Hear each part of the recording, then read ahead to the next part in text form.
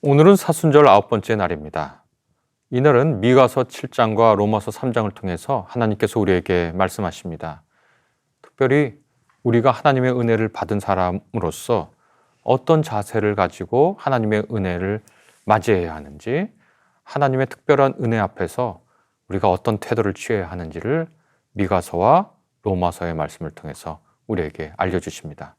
미가서 7장의 말씀입니다.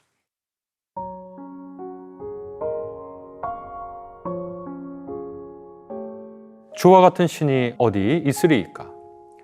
주께서는 죄악과 그 기업의 남은 자의 허물을 사유하시며 이내를 기뻐하심으로 진노를 오래 품지 아니하시나이다.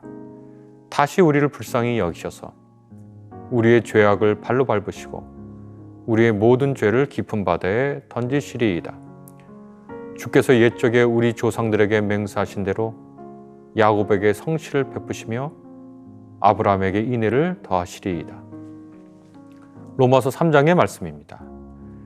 이제는 율법 외에 하나님의 한 의가 나타났으니 율법과 선지자들에게 증거를 받은 것이라. 곧 예수 그리스도를 믿음으로 말미암아 모든 믿는 자에게 미치는 하나님의 의인이 차별이 없느니라. 모든 사람이 죄를 범하였음에 하나님의 영광에 이르지 못하더니 그리스도 예수 안에 있는 성령으로 말미암아 하나님의 은혜로 값없이 의롭다 하심을 얻은 자 되었느니라.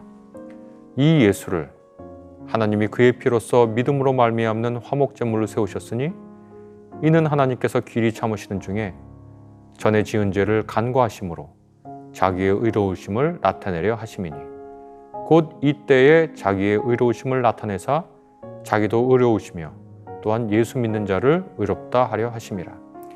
그런즉 자랑할 때가 어디냐? 있을 수가 없느니라. 무슨 법으로냐? 행위로냐? 아니라 오직 믿음의 법으로니라. 그러므로 사람이 의롭다 하심을 얻는 것은 율법의 행위에 있지 않고 믿음으로 되는 줄 우리가 인정하노라. 하나님은 다만 유대인의 하나님이시냐? 또한 이방인의 하나님은 아니시냐? 진실로 이방인의 하나님도 되시느니라. 할례자도 믿음으로 말미암아 또한 무할례자도 믿음으로 말미암아 의롭다 하실 하나님은 한 분이시니라. 그런즉 우리가 믿음으로 말미암아 율법을 파기하느냐? 그럴 수 없느니라. 도리어 율법을 굳게 세우느니라.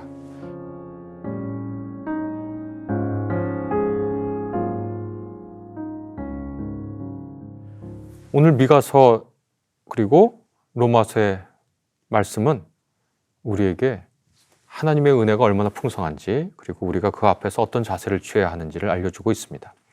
미가 예언자 당시에 동시대에 존재했던 여러 종교들이 꽤 많았습니다. 고대 근동지방 또 고대 가나안 지역에 야훼 하나님을 섬기는 종교 말고도 다른 여러 신들을 섬기는 종교들이 있었죠. 그러나 미가 예언자는 이스라엘의 하나님인 야훼 하나님이 다른 종교나 민족의 신과는 완전히 다른 분임을 고백합니다. 크게 두 가지 점에서 그렇다고 미가서 7장은 우리에게 알려주고 있는데요. 첫째는 그분의 능력이고요. 둘째는 하나님의 성품입니다. 그래서 미가서 예언자는 주와 같은 신이 어디 있으리까? 라고 감탄 섞인 수사 의문문으로 청중에게 질문하고 있습니다. 어느 누구도 그와 같은 분이 없다는 말이죠. 미가라고 하는 그 이름 뜻 자체가 주와 같은 분이 누구인가 라는 뜻이니까 자기 이름을 엮은 재치 있는 말이기도 하지요. 사실 미가 예언자는 3장 12절 같은 곳에서 무시무시한 예언을 하기도 했습니다. 이렇게 예언되어 있습니다.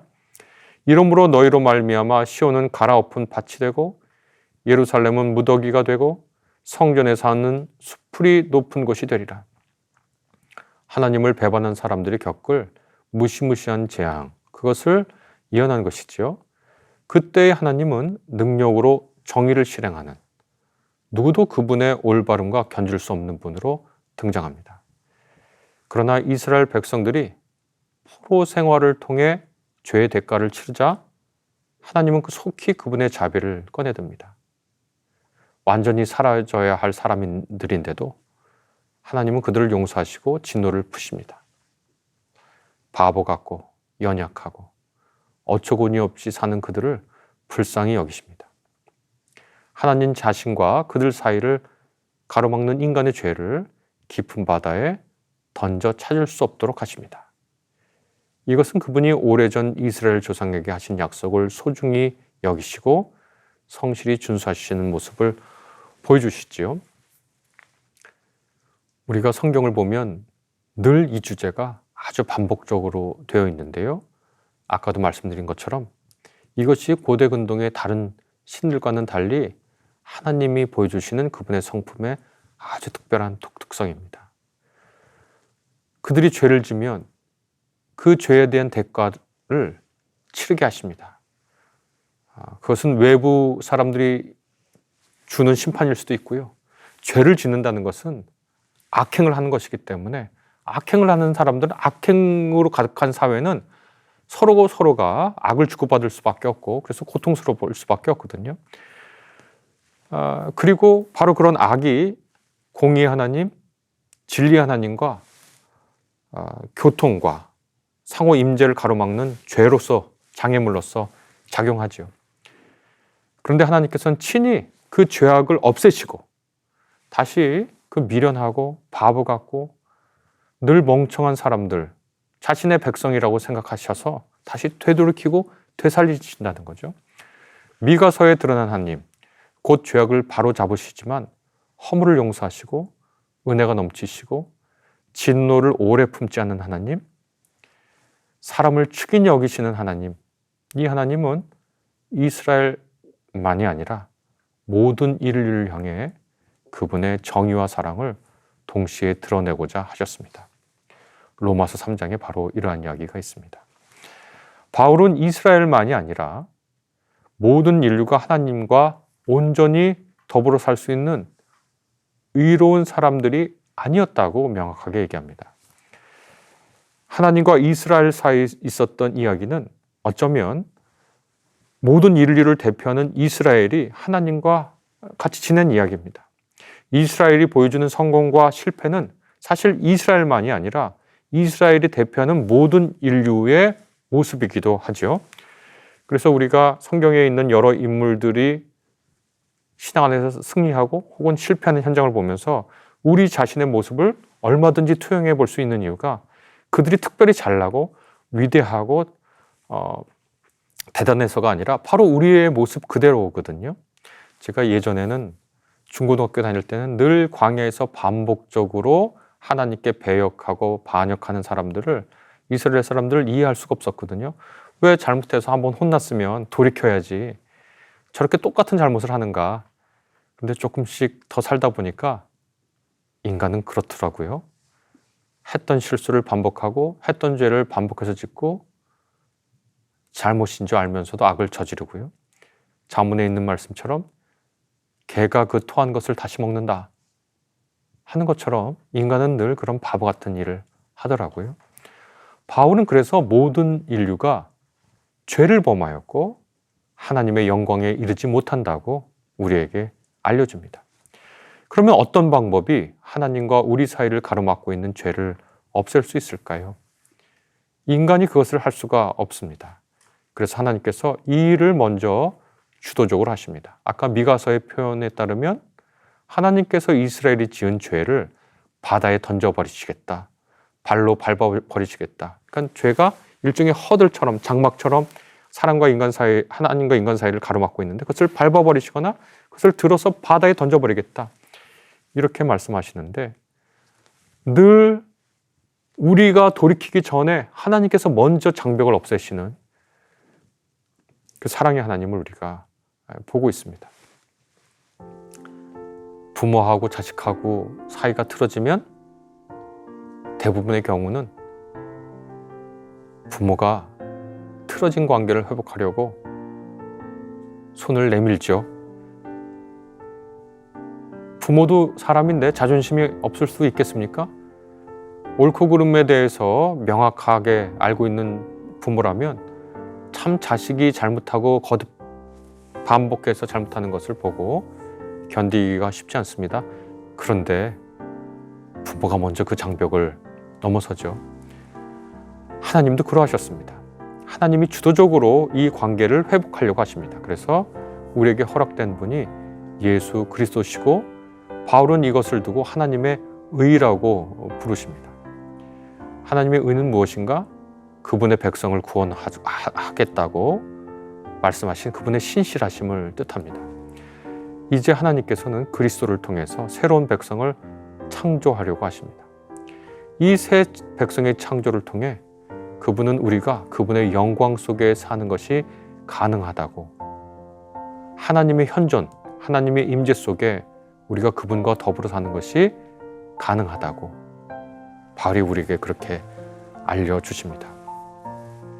예수께서 살고 돌아가시고 부활하신 그것이 하나님의 뜻이었고, 그 뜻을 믿음으로써 우리에게 예수 그리스도를 통한 하나님의 새 백성으로 살아갈 수 있는 길이 열렸습니다. 믿는다는 것은 무엇인가요? 그것은 하나님이 예수 그리스도를 통해서 나타내신 뜻에 동의하고 그것이 옳다고 수긍하고 그것을 삶의 지표로 삼는 것입니다. 이 모든 것이 하나님의 주도적인 은혜로 된 것이니 인간이 그 앞에서 자랑할 것이 없죠.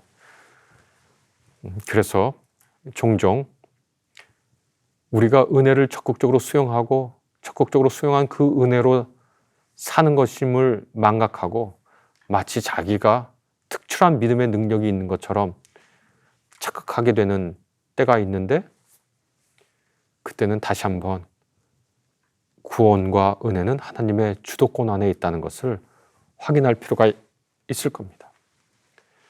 그리스도인의 삶은 하나님의 은혜를 충분히 인식하고 감격해서 그 은혜의 삶을 하나님과 이웃과 더불어 사는데 사용하는 것이죠. 그때 하나님의 영광을 우리 삶의 곳곳에서 목도할 수 있습니다. 사순절 기간에 하나님의 은혜를 적극적으로 수용한 우리의 모습이 나타나기를 기대해 봅니다. 먼저 장애물을 치우셨던, 관계 회복을 위해서 가로막혀 있었던 장애물을 치우셨던 하나님의 은혜의 주도성을 생각해 봅니다.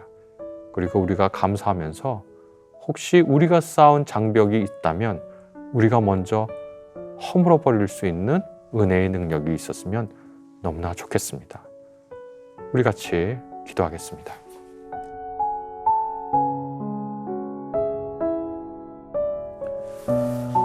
하나님, 주님은 먼저 우리를 사랑하셨습니다. 우리보다 먼저 주님은 우리를 사랑하시고 우리를 고이셨습니다. 주님은 우리를 완전히 충분히 사랑하십니다. 우리를 정의로 살피시고 용서로 우리를 살리셨고 불쌍히 여기셔서 그 눈길로 우리를 보아주십니다. 예수 그리스도를 통해 우리를 얽어맨 죄와 죽음의 세력에서 해방시켜 주셨습니다.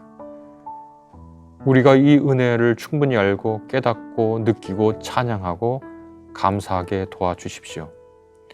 은혜를 만끽한 사람처럼 우리도 살게 해 주옵소서. 겸손하게 하시고 사랑받았으니 사랑하게 하시고 용서받았으니 용서하게 하시고 주님의 진리가 무엇인지 알았으니 그 진리가 우리 삶에서 나타나서 하나님과 함께하는 삶을 살도록 주님 우리를 도와주옵소서. 예수님의 이름으로 감사하며 기도합니다. 아멘.